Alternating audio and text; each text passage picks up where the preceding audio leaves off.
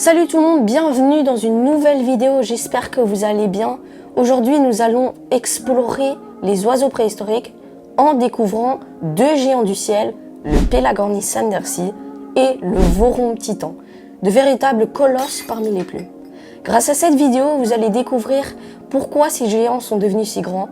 Vous allez également comprendre comment ils vivaient et pourquoi ils ont réellement disparu. Mais avant de commencer, n'hésitez surtout pas à vous abonner à ma chaîne et à activer la cloche pour ne pas manquer aucune de mes vidéos sur les oiseaux et la nature.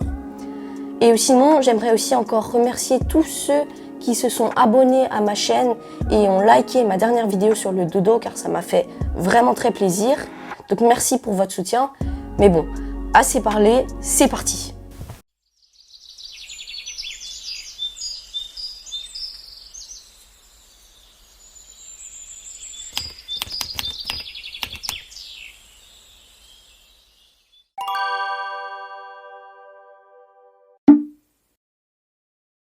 Commençons notre aventure avec le Pelagornis sandersi, un oiseau géant qui a sillonné les cieux il y a environ 25 millions d'années. Imaginez un oiseau pouvant atteindre une envergure de 7,40 mètres, soit 2 fois la taille de l'envergure de l'albatros hurleur, l'oiseau avec la plus grande envergure actuellement. C'était un véritable roi des cieux, pouvant planer sur de vastes étendues océaniques à la recherche de proies. Tout commence en 1983 lors de travaux pour un nouveau terminal pour l'aéroport de Charleston, en Caroline du Sud, aux États-Unis. Un jour, une équipe de paléontologues dirigée par Albert Sanders se retrouve sur les lieux de travaux pour faire des recherches sur de possibles trouvailles de fossiles. L'équipe de paléontologues finit par tomber sur un énorme fossile, le fossile du Pelagornis sandersi. Mais ça, l'équipe, elle ne le savait pas encore quand ils ont trouvé le fossile. Ils pensaient que c'était un dinosaure ou un autre et n'y ont donc pas vraiment prêté attention. Et malheureusement, comme ces scientifiques se sont retrouvés confrontés à d'autres fossiles d'autres dinosaures, ces fossiles du Pelagornis sandersi se sont retrouvés délaissés sur des étagères. Jusqu'à ce que récemment, en 2014, les fossiles soient retrouvés et qu'un certain scientifique américain, Daniel Křepka, décide de les réétudier pour mettre en avant ce qu'ils ont d'extraordinaire, car oui, ce sont les fossiles du plus grand oiseau ayant jamais volé sur Terre. Daniel Křepka découvre alors dès ce jour un tas de choses sur le Pelagornis sandersi. Le Pelagornis sandersi était donc un grand oiseau marin qui vivait il y a environ 25 millions d'années, pendant la période géologique, le Miocène, près de la côte américaine. C'était un prédateur marin qui se nourrissait principalement de poissons de grande taille. L'oiseau pouvait atteindre une envergure de 7 mètres de long, ce qui est environ la taille d'un petit avion, et ce qui le fait aussi l'oiseau avec la plus grande envergure ayant jamais vécu sur Terre. Pour se nourrir, l'oiseau avait des sortes de pseudodents qui l'aidaient à fermement attraper ses proies quand il chassait. Ces pseudodents sont en réalité pas des vrais dents. Ce sont des sortes de projections qui ressemblent à des dents qui sont attachées à son bec. Le Pelagornis sandersi n'était pas le seul dans son genre. Il faisait partie de la famille des Pelagornithidae, où on peut retrouver ses cousins le Pelagornis chilensis ou encore le Pelagornis stirtoni. À cause de leur long bec, on croyait avant que les Pelagornithidae se rapprochaient plus des pélicans, mais en réalité, ils se rapprocheraient plus des canards. Avec cette grande envergure, beaucoup de scientifiques se sont aussi demandé comment c'était possible que cet géant oiseau pouvait voler. Daniel Křepka a étudié la question et a trouvé plusieurs réponses. Tout d'abord, un simple battement d'ailes ne suffisait pas. Le Pelagornis sandersi, qui ressemble à bien des égards à un albatros, avait besoin d'une aide considérable pour voler et comptait sur les courants d'air de l'océan pour se maintenir en l'air. Le Pelagornis sandersi devait dévaler d'une montagne contre le vent pour décoller. Une fois en l'air, il dépendait des courants d'air de l'océan pour se maintenir en l'air. Sans courant d'air, cet oiseau ne pouvait donc pas aller très loin. La forme des ailes du Pelagornis sandersi était adaptée à un vol plané au-dessus de l'océan. Les ailes du Pelagornis sandersi, étroites et allongées, favorisaient la stabilité en vol et cet oiseau était sûrement un excellent planeur, capable de voler pendant de longues périodes sans constamment battre des ailes si les courants d'air étaient favorables. Ce qui facilite aussi le vol du Pelagornis sandersi, c'est notamment son squelette ultra léger. Bien que le Pelagornis sandersi pouvait atteindre une envergure de 7 mètres de long, ces os ne pesaient pas moins de 40 kg. Ça, c'est grâce aux os creux du Pelagornis sandersi, une caractéristique commune chez les oiseaux, mais qui peut contribuer à la réduction de l'ossification, qui peut contribuer à la minimisation du poids de l'oiseau. Des os légers sont cruciaux pour le vol, car ils permettent à l'oiseau de rester en l'air plus facilement. Like flying birds today, its bones are hollow and super thin. The bone wall is about a millimeter thick, and so this animal would have been very lightweight for its size. Le seul défaut des os légers, c'est qu'ils sont beaucoup plus fragiles. Ce qui peut être dangereux pour un grand oiseau comme le Pelagornis sandersi, qui a constamment besoin de ses grandes ailes pour pouvoir trouver de la nourriture. En résumé, le Pelagornis sandersi avait évolué avec des adaptations spécifiques pour le vol, en profitant de sa grande envergure et de ses os légers. Le Pelagornis sandersi était exceptionnellement grand en raison de plusieurs adaptations évolutives, ce qui lui permettait de prospérer dans son environnement marin.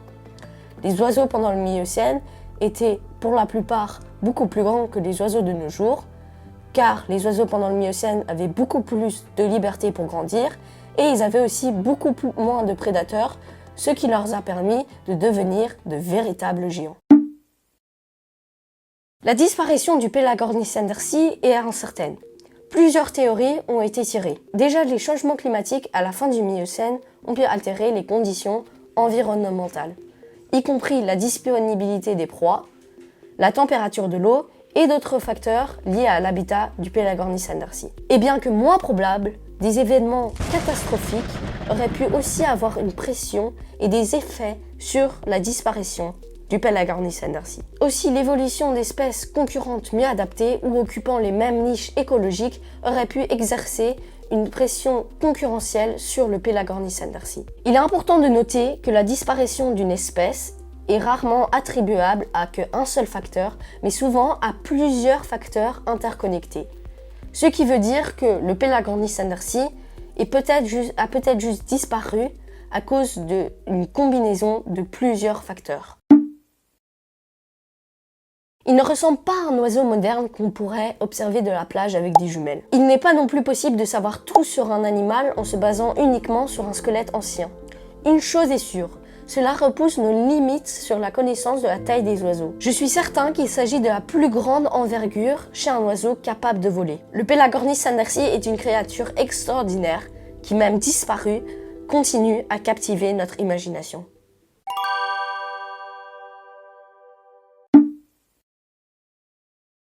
Maintenant, passons au Voromtitan, un autre géant préhistorique, mais maintenant nous nous aventurons sur la terre ferme de Madagascar. Il y a environ 5000 ans, le Voromtitan régnait en maître sur cette île, atteignant les 3 mètres de hauteur. Le Voromtitan était une espèce qui a existé pendant le Quaternaire, une période géologique qui a débuté il y a environ 2,6 millions d'années et qui se poursuit jusqu'à aujourd'hui. C'était une espèce endémique de Madagascar. Il était herbivore et son menu se constituait principalement de végétaux. Comme le Pelagornis sandersi, le Voromtitan appartenait aussi à un groupe d'oiseaux maintenant disparus. Dans le cas du Voromtitan, c'était les Apiornis. On pouvait également retrouver son cousin Apiornis maximus, dont on a pendant de longues années cru que c'était le plus grand oiseau ayant vécu sur Terre, jusqu'à ce qu'on retrouve le squelette du Apiornis titanus, le Voromtitan, sur Madagascar. Les Apiornis étaient un groupe d'oiseaux donc qui se rapproche le plus des autruches d'aujourd'hui. Coucou! On les surnommait aussi les oiseaux éléphants en raison de leur taille surprenante. Le plus gros de tous les oiseaux éléphants était le Voromtitan naturellement. C'est encore aujourd'hui à ce jour le plus grand oiseau ayant jamais vécu sur Terre. Il pouvait atteindre une taille de 3 mètres, voire 3,50 mètres pour certains individus, soit 2 fois ma taille. Son œuf lui aussi était énorme. Il pouvait atteindre une taille de 30 cm, soit presque la taille d'une tête. Ce n'était pas non plus le plus grand oiseau, mais aussi le plus lourd.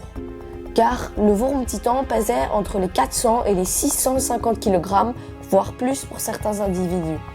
Contrairement au Pelagornis sandersi, le Voromtitan pouvait donc certainement pas voler. La question est maintenant, comment un oiseau a pu devenir si grand? La plus grande raison, c'est l'évolution insulaire. Madagascar étant une île, les espèces qui s'y sont développées ont évolué d'une manière unique en raison de leur isolement. Dans le cas du Voromtitan, l'absence de prédateurs terrestres majeurs sur l'île a permis à ces oiseaux de se développer à une taille relativement grande sans la pression constante de la prédation. L'évolution insulaire est donc en fait l'évolution d'une espèce sur une île loin des prédateurs et dangers.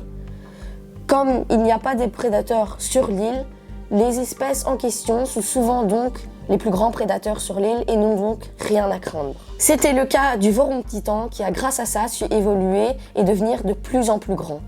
Malheureusement, cette évolution insulaire a aussi des mauvais effets. Les animaux en question, en raison du peu de prédateurs et de dangers, perdent leur capacité de fuir au danger et n'ont donc plus peur de rien. Beaucoup d'animaux qui sont passés par l'évolution insulaire ont disparu à cause de ces défauts.